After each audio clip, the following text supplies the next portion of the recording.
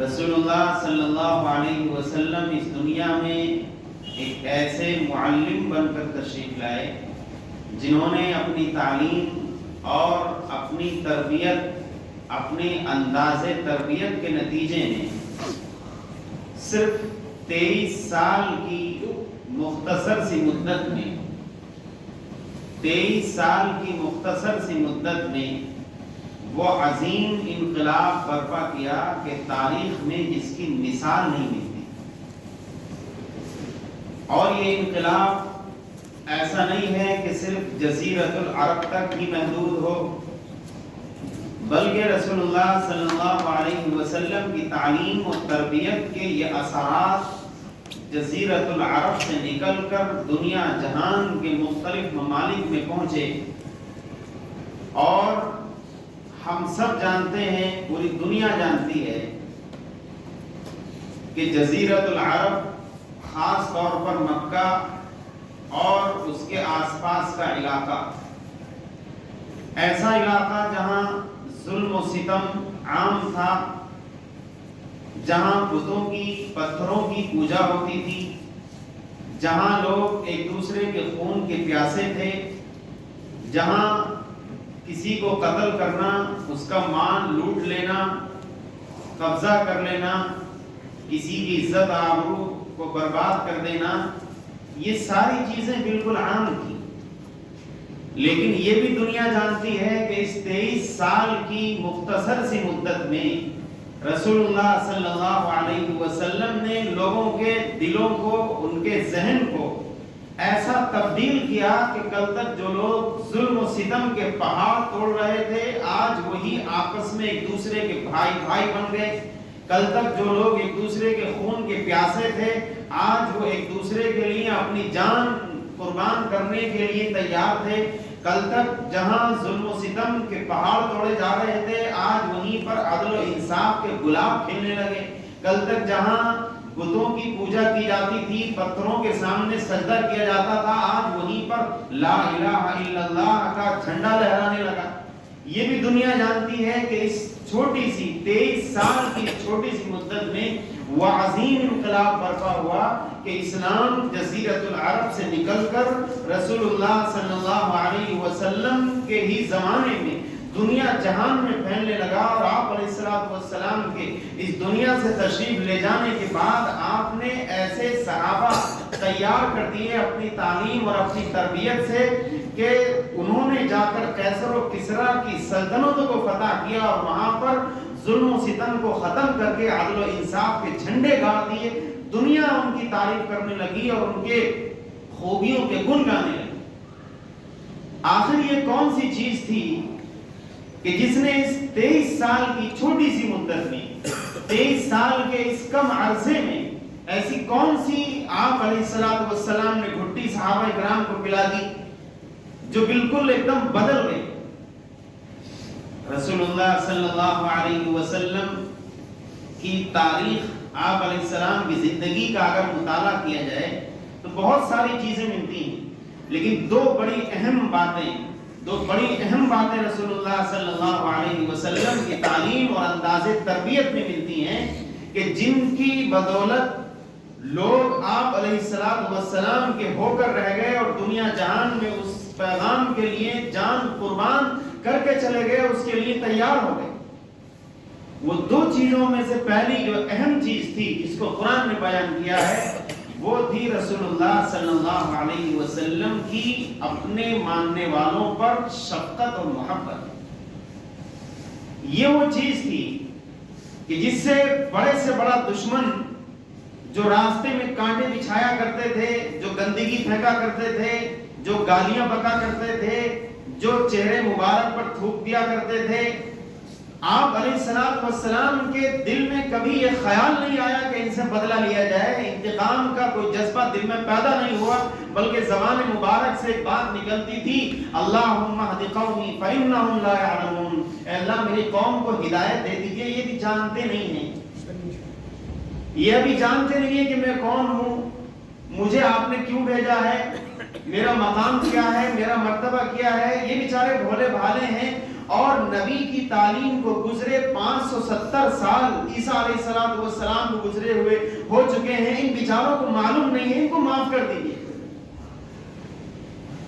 قرآن کہتا ہے فَبِمَا رَحْمَةٍ مِّنَ اللَّهِ لِنْتَ لَهُمْ وَلَوْ كُنْتَ فَظًّا غَلِيظَ الْقَلْبِ لَانفَضُّوا مِنْ حَوْلِكَ، کہ اللہ کے فضل و کرم سے آپ ان کے لیے نرم دل ہیں۔ اگر آپ سخت مزاج ہوتے، اگر آپ سخت دل ہوتے، لَانفَضُّوا مِنْ حَوْلِكَ، تو یہی لوگ جو آپ پر جان قربان کرنے کے لیے تیار ہیں، آپ کی سخت مزاجی اور آپ کے دل کی سختی کی وجہ سے آپ کے پاس سے بھاگ جاتے، کوئی بھی آپ کے پاس نہیں رکتا۔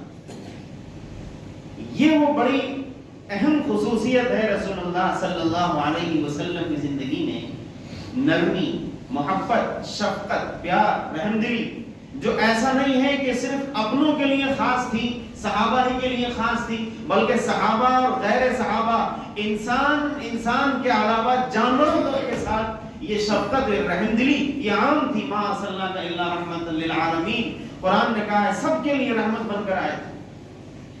قرآن نے ایک جگہ کہا ہے لقد جاءکم رسول من انفسکم عزیز علیہ ما عنتم حریص علیکم بالمؤمنین رؤوف الرحیم، اے لوگو تمہیں میں سے ایک ایسا رسول تمہارے پاس آیا ہے کہ جس رسول کو تمہاری کوئی تکلیف بڑی گرا گزرتی ہے، جو رسول تمہارے لیے حریص علیکم، ہر وقت تمہارے لیے اندر سے حریص ہے، خواہش مند ہے کہ کسی طریقے سے تمہیں خیر مل جائے، بھلائی مل جائے، تم تکلیف اور مصیبت اور درد، دنیا اور آخرت کی تکلیفوں سے بچ جاؤ، یہ نبی کی خواہش ہے اندر سے۔ اور اسی طریقے سے وہ نبی ایمان والوں پر خاص طور پر مشفق ہے، مہربان ہے۔ اس نبی کو تمہاری کوئی تکلیف، کوئی تمہارا دکھ، تمہارا کوئی درد، اس نبی کے لیے ایسا گرا گزرتا ہے جیسا کہ وہ تکلیف خود اسے اپنے آپ کو پہنچ رہی ہے۔ یہ وہ چیز تھی رسول اللہ صلی اللہ علیہ وسلم کی شفقت اور محبت، کہ اس کے نتیجے میں جو انقلاب برپا ہوا ہم سب جانتے ہیں۔ دوسری چیز جو آپ علیہ السلام کی زندگی میں خاص طور پر ملتی ہے وہ تھا کہ آپ نے جو بھی حکم دیا، جو بھی اپنی امت کو حکم دیا، اس زمانے میں صحابہ اکرام کے سامنے جو بات بھی آپ نے زبان سے کہی کہ اے لوگوں یہ کرو، تو پہلے اس کام کو خود کر کے دکھایا۔ یہ بڑی اہم بات۔ ہم لوگوں کی صورتحال یہ زمانے میں ہم دوسروں کو تو بڑے درس دیتے ہیں اور دوسروں کو بڑا ہی اچھائی اور بھلائی کا سبق پڑھاتے ہیں، لیکن خود اپنے اندر عمل کے اعتبار سے ایک دم بالکل کورے ہیں، بالکل کورے گھڑے میں چوہا، بالکل کچھ نہیں۔ تو ایسی تربیت، ایسی دعوت، دوسروں کو بھلائی کی ایسی دعوت اور ایسا حکم جس پر آپ خود نہیں عمل کر پا رہے ہیں، تو ظاہر ہے اس کا اثر نہیں ہو سکتا۔ رسول اللہ صلی اللہ علیہ وسلم نے جو بات زبان مبارک سے ارشاد فرمائی اس پر عمل کر کے دکھایا۔ آپ علیہ السلام نے لوگوں کو کہا کہ اے لوگوں 5 وقت کی نماز پڑھو، تو خود صورتحال یہ تھی کہ 5 وقت کی جو فرض نماز ہے وہ تو پڑھتے ہی تھے، اس کے علاوہ تہجد بھی، اشراق بھی اور چاش بھی، اوابین بھی، مختلف نوافل آپ علیہ السلام نے امت کے سامنے پڑھ کے دکھائے، عملی نمونہ پیش کیا۔ آپ نے فرمایا لوگوں روزہ رکھو، لوگوں کے یہاں لوگوں کے اوپر 1 مہینے کے روزے فرض، اے لوگوں روزہ رکھو۔ آپ نے فرض روزے کے علاوہ حدیث میں آتا کوئی مہینہ ایسا نہیں گزرا جس میں رسول اللہ صلی اللہ علیہ وسلم کئی دن کے روزے نہ رکھتے۔ آپ نے صحابہ سے فرمایا اے لوگوں صدقہ کرو، زکات دو، مال میں تمہارے 40واں حصہ یہ فرض ہے، صاحب حیثیت کے اوپر یہ فرض ہے۔ رسول اللہ صلی اللہ علیہ وسلم کی صورتحال یہ تھی کہ گھر میں جو کچھ کھانے پینے اور بنیادی ضرورت کے علاوہ جو کچھ ہوتا سب ہوتا، تو جو کام بھی کیا اس پر، جو بات بھی کہیں زبان مبارک سے اس پر عمل کر کے دکھایا۔ مدینہ منورہ میں غزوہ خندق سن 5 ہجری میں جب خندق کو کھودی جا رہی تھی مدینہ منورہ کے ارد گرد، تو ایسا نہیں تھا کہ بس رسول اللہ وہاں پر قیادت کر رہے ہوں، لوگوں کو مشورے دے رہے ہوں، نہیں، بلکہ آپ علیہ السلام نے تقسیم کر دیا کہ ہر صحابی، ہر مجاہد کے حصے میں یہاں سے یہاں تک، یہاں سے یہاں تک کا ایریا کھودنا ہے، اتنے فٹ کھودنا ہے، اتنا چوڑا کھودنا ہے، اتنا لمبا کھودنا ہے، بالکل وہ حصہ جو دوسرے صحابہ کرام، دوسرے مجاہدین کے حصے میں جتنا حصہ زمین کا کھدائی کے لیے آیا، اتنا ہی حصہ اس پاک پیغمبر نے اپنے لیے رکھا۔ کہ میں بھی کھو دوں. صحابہ کرام نے اسی موقع پر آپ علیہ السلام سے بھوک کی شکایت کی کہ اللہ کے رسول بڑی شدید بھوک لگی ہے، کھانے پینے کے لیے کئی دن سے کچھ نہیں ملا ہے، اور پیٹ کھول کے دکھایا کہ دیکھیے پتھر بنا ہوا ہے. رسول اللہ صلی اللہ علیہ وسلم نے اپنا مبارک کرتا اور جو بھی پہنے تھے وہ اوپر اٹھایا، پیٹ کھول کے دکھایا تو 2 پتھر بنے گئے. یہ وہ تعلیم و تربیت کا وہ انداز تھا کہ جو بات زبان سے نکلتی تھی وہ پہلے عملی نمونہ لوگوں کے سامنے بن جاتی تھی، تب لوگ اس پر عمل کرتے تھے. اور اسی کے نتیجے میں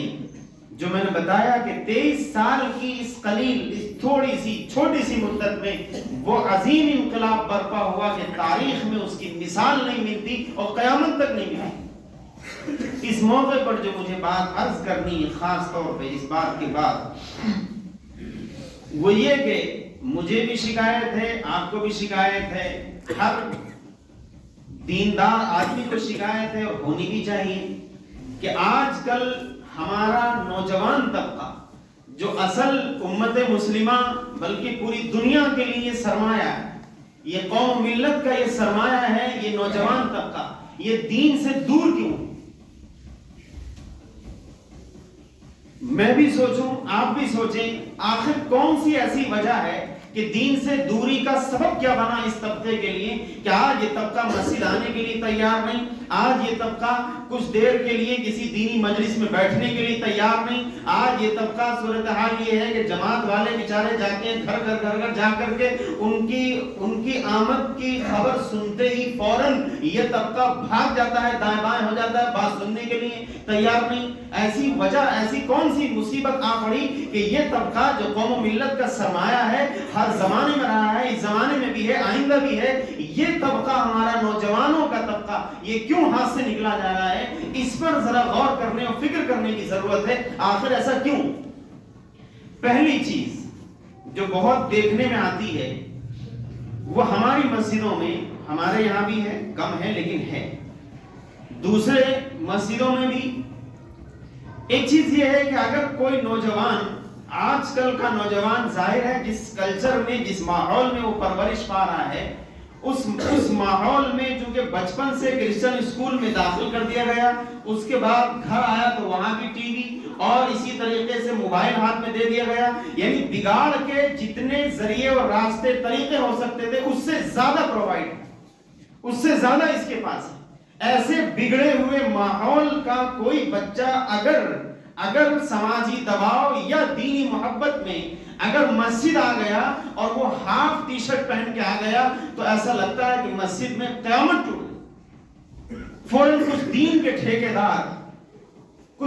ٹھیکیدار فوراً کھڑے ہو جائیں گے کہ تمہاری نماز نہیں ہوئی. جیسے لگتا ہے کہ اللہ تعالیٰ نے ان کو بٹھا دیا ہے، ان کے ہاتھ میں ڈائری اور پین لے کے بٹھا دیا ہے کہ تم کو لکھنا ہے کہ کس کی قبول کرنی ہے، کس کی نہیں کرنی ہے، اس کی نہیں کرنی ہے، اس کی نہیں کرنی ہے. فوراً اس کو فتویٰ ڈال دیا. کسی بیچارے کا غلطی سے کوئی موبائل بج گیا نماز میں، ایسا کون مسلمان ہے جو موبائل مسجد میں بجائے گا جان بوجھ کے اور گانا سنوائے گا سب کو؟ ایسا کون مسلمان؟ مجھے نہیں لگتا ایسا کوئی مسلمان ہو. کسی بیچارے کا دھوکے سے رہ گیا، بج گیا، تو اس پہ ایسی قیامت، ایسے گھور کے اس کو دیکھتے ہیں اور ایسے فتوی فوراً اس کے اوپر داد دیں گے کہ وہ بیچارہ شرم سے پانی ہو جائے گا اور توبہ کر لگے گا، اب تو آگے آئندہ نہیں آئیں گے. کوئی بیچارہ، یقیناً ہم سب جانتے ہیں صفوں کا سیدھا رکھنا ضروری ہے، واجب ہے. کوئی صف اگر اگلا حصہ خالی رہ گیا، لوگ پیچھے کھڑے ہو گئے، نماز خطرے میں پڑ جاتی ہے. ہم سب جانتے ہیں. کوئی بے خیالی میں بیچارہ نہیں دیکھ پایا، یا مان لیجئے جان بوجھ کر ہی اگر وہ پیچھے رہ گیا، تو کون سی قیامت ٹوٹ گئی اس میں کہ آپ اس میں جو ہے بدتمیزی کے الفاظ بول کر اور اس کو شرمندہ کر کے اور بالکل ایسا جیسے کہ لگتا ہے کہ اس نے کوئی ایسا حرام کام کر لیا، جیسے لگتا ہے کہ آپ کی مسجد نعوذ باللہ اس نے کوئی ناپاک کر دی. آپ ایسے الفاظ اس کے لیے استعمال کریں کہ دوبارہ وہ مسجد میں آنے کی ہمت نہ کرے. کس نے آپ کو اجازت دی؟ کوئی آپ دین کے ٹھیکیدار ہیں؟ کوئی جاگیر ہے دین آپ کی؟ کوئی شریعت، کوئی قرآن یا حدیث، رسول اللہ کی تعلیم، کوئی یہ آپ کے گھر کی غلام ہے کہ اس پر آپ ہی کا ٹھیکہ ہے؟ آپ نے کبھی اپنے آپ کو نہیں دیکھا کہ جب آپ نماز پڑھتے ہیں تو آپ کی ایک پیر آپ کا سیتاپور کی طرف اور دوسرا کانپور کی طرف ہوتا ہے؟ کبھی اس پر نظر نہیں گئی آپ کی؟ اپنے پہ کیوں نظر نہیں آتی؟ کیوں آپ مسجدوں کے اندر اس قسم کے بکھڑے کھڑے کرتے ہیں؟ ایسا نہیں ہے کہ اسی مسجد میں اس میں ذرا کم ہے، کچھ تھوڑا خیال رکھتے ہیں لوگ، پھر بھی بہت حد تک درست ہے معاملہ، لیکن دوسری جگہوں پر جا کے دیکھ لیجئے 4-5 سماج میں ایسے، یا تو وہ کوئی حج کیے ہوئے ہوں گے، کوئی عالم دین ہوں گے، یا اسی طریقے سے ہو سکتا ہے تبلیغی جماعت سے کہ وہ کوئی اہم ذمہ دار ہوں گے۔ اس قسم کے ان 3 بیک گراؤنڈ سے آنے والے لوگ عام طور پر یہ سمجھ بیٹھے ہیں کہ دین پر ان کا قبضہ ہے، اور یہ ہر مسجد میں 4-5 یہ جراثیم پائے جاتے ہیں۔ ہر مسجد میں آپ دیکھ لیجئے جا کر کے کہ کسی کوئی بیچارہ نوجوان آ گیا، اس کی اس میں ٹی شرٹ پہنی ہوئی تھی، اس کی پیٹھ پہ کوئی لوگو لگا ہوا تھا، کوئی تصویر بنی ہوئی تھی، یقیناً جاندار کی تصویر اگر سجدے کی جگہ پر ہے تب نماز نہیں ہوتی ہے، اس کے علاوہ جسم کے کسی دوسرے حصے پر ہے، کہیں پر ہے، مکروہ ہوگی لیکن ہو جائے گی۔ آپ کون ہوتے ہیں فتویٰ ڈالنے والے اس کے اوپر کہ تمہاری نماز نہیں ہوئی؟ کس نے ٹھیکہ دیا آپ کو؟ یہ جو چیزیں ہیں یہ رسول اللہ صلی اللہ علیہ وسلم کی جو تربیت کا انداز تھا اس سے مختلف ہیں، اور یہ وہ حرکتیں ہیں جو ہمارے نوجوانوں کو ہمارے دین سے، مسجدوں سے دوری کا سبب بن رہی ہیں۔ اللہ کے یہاں آپ ذمہ دار ہوں گے، گریبان پکڑ لیں گے یہ نوجوان کہ اللہ میں تو گیا تھا، جیسی بھی مجھ سے آتی تھی میں گیا تھا پڑھنے کے لیے، تیرے اس فلاں بندے نے مجھے جو ہے نہ جانے پر مجبور کر دیا۔ کیا جواب دیں گے آپ؟ کیوں اس قسم کی حرکتیں کرتے ہیں؟ آپ پیار سے بٹھائیے، شفقت بھرے لہجے میں کہیے، تنہائی میں بیٹھ کے اس سے بات کریے۔ یہ کون سا طریقہ آپ کا ہے کہ بھری صف میں آپ ذلیل کرنے کسی کو؟ یہ تربیت نہیں، یہ تو آپ ذلیل کر رہے ہیں۔ یہ تو بیچارے کو آپ وہ کوسے گا اپنے اوپر کہ ہم کیوں مسلمان ہو گئے یار، اس سے تو ہم کہیں اور چلے جاتے ہیں۔ آپ کوئی غلطی ہوئی ہے، کسی سے ہوئی ہے، مجھ سے ہوئی ہے، آپ سے ہوئی ہے، کسی بچے سے ہوئی ہے، کسی بڑے سے ہوئی ہے، آپ اس کو موقع دیکھیے، تنہائی میں بٹھائیے، پیار سے سمجھائیے، اس کے سامنے اس مسئلے سے متعلق فضائل اور اس کی خوبیاں، اس کے فائدے اس کے سامنے رکھیے، اس کے بعد پیار محبت سے کہیے کہ بیٹا ایسا ہے، ایسا ہے، ایسا ہے، اس کے بعد اس کے لیے دعا کریے، دیکھیں کیسے تبدیلی نہیں آتی۔ رسول اللہ صلی اللہ علیہ وسلم کے پاس ایک نوجوان صحابی آئے اور آ کر کہا اللہ کے رسول مجھے زنا کرنے کی اجازت دے دیجیے۔ آپ ذرا سوچیں، ابھی اگر میرے پاس کوئی آ جائے کہ مولانا مجھے فتویٰ دے دیجیے لکھ کے کہ میں زنا کرنا چاہتا ہوں، میرے چہرے کا رنگ بدل جائے کہ کیسی بات کر رہے ہو،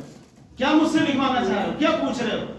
آپ علیہ السلام اور پھر ایسی شخصیت سے بات کر رہا ہے وہ صحابی جس شخصیت کی شرم و حیا اور پاک دامنی کے سامنے اللہ کے مقرب فرشتے سر جھکاتے تھے، ایسی عظیم ہستی سے بات کر رہا ہے اور کہہ رہا ہے کہ اللہ کے رسول مجھے زنا کرنے کی اجازت دے دیجیے، میرا دل چاہتا ہے۔ آپ نے ڈانٹا نہیں، آپ نے بھگایا نہیں، آپ نے پھٹکارا نہیں، آپ نے پیار سے، بڑے محبت، بڑی شفقت سے اپنے قریب بٹھایا اور اس سے کہا کہ یہ بتاؤ کہ اگر کوئی تمہاری ماں کے ساتھ زنا کرے، کوئی تمہاری بہن کے ساتھ زنا کرے، کوئی تمہاری بیٹی کے ساتھ زنا کرے، تمہیں کیسا لگے گا؟ کہا اللہ کے رسول میں بالکل برداشت نہیں کر سکتا، میں اس کی گردن کاٹ دوں گا جو میری ماں کے ساتھ، میری بہن یا بیٹی کے ساتھ اس قسم کی حرکت کرے۔ آپ نے فرمایا دوسرے لوگ بھی یہ پسند نہیں کرتے کہ ان کی ماں، بیٹی، بہن کے ساتھ زنا کیا جائے۔ جب آپ نہیں پسند کرتے تو دوسرے کیسے اس بات کو پسند کر لیں گے؟ ذرا یہ تو سوچو۔ کتنے پیار بھرے لہجے میں اس کو سمجھایا اور اس کے بعد قریب کیا اور اس کے دل پر، سینے پر ہاتھ رکھا اور دعا کی اللہم اغفر ذنبا، اے اللہ اس کے گناہ کو معاف کر دیجئے، وطہر قلبا، اے اللہ اس کے دل کو پاک کر دیجئے، وحسن فرجا، اے اللہ اس کی شرمگاہ کو گناہ سے پاک کر دیجئے۔ آپ علیہ السلام نے یہ دعا دی۔ وہ صحابی کہتے ہیں کہ میں نے آپ علیہ السلام کے مبارک ہاتھ کی ٹھنڈک اپنے سینے میں محسوس کی اور ہمیشہ کے لیے زنا کی گندگی اور قباحت اور گناہ ہونے کا یقین میرے دل میں بیٹھ گیا، کبھی دل میں زنا کا خیال نہیں آیا۔ کتنا پیارا انداز کا تربیت تھا۔ میں بھی اگر اس طرح تربیت کروں، آپ بھی اسی طریقے سے تربیت کریں، جو نوجوان طبقہ، جو ہماری جو نئی نسل ہے، یہ ذرا سوچئے تنہائی میں بیٹھ کے کہ یہ کس ماحول میں پل بڑھ رہی ہے، کس ماحول میں اس نے آنکھیں کھولی ہیں۔ اس ماحول میں رہنے کے باوجود اگر یہ مسجد آ جا رہی ہے، آپ کی دینی بات کو سن لے رہی ہے، یہ نسل آپ کی دینی مجلس میں بیٹھ جا رہی ہے، یہ اللہ کا بہت بڑا احسان ہے۔ آپ پیار سے، شفقت سے، موقع محل دیکھ کر، مناسب انداز میں، حکمت سے، مصلحت سے اس کو پیار بھرے، درد بھرے لہجے میں دینی احکامات کے فضائل اور فائدے اس کے سامنے رکھ کر اور دینی احکامات پر عمل نہ کرنے کے نقصانات دنیا اور آخرت کے اس کے سامنے رکھ کر اس کو آپ جنت کی اس کو طلب دلا کر، جہنم سے اس کو ڈرا کر، آگاہ کر کر، اللہ تبارک و تعالیٰ کی قدرت اس کے سامنے بیان کر کے، رسول اللہ صلی اللہ علیہ وسلم کی سیرت اس کے سامنے بیان کر کے، پیار سے، محبت سے اس نسل سے اگر آپ بات کریں گے، اس کی اگر آپ تربیت کریں گے، اللہ کی ذات سے امید ہے کہ انشاءاللہ پھر وہی انقلاب آئے گا جو پہلے کبھی آیا تھا۔ بس ہمیں اپنے آپ کو تبدیل کرنے اور اپنی سوچ کو بدلنے کی ضرورت ہے۔ اللہ تعالیٰ مجھے بھی عمل کی توفیق